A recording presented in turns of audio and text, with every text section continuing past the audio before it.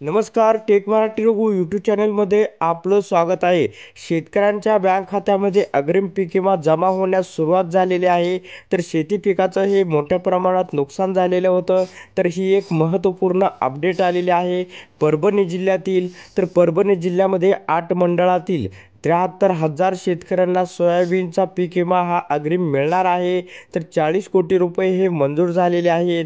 तर या संदर्भामध्ये काय अपडेट आहे ते आपण सविस्तर पाहूया.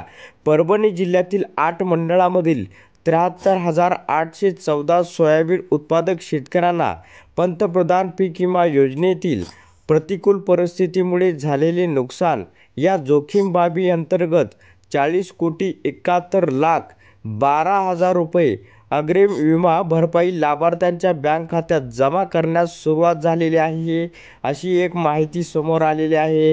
ही एक शेतकऱ्यांसाठी दिलासादायक अपडेट आहे. तर अशा प्रकारे आपापल्या जिल्ह्यातील अपडेट मिळवण्यासाठी आत्ताच चॅनलला सबस्क्राईब व शेअर करा.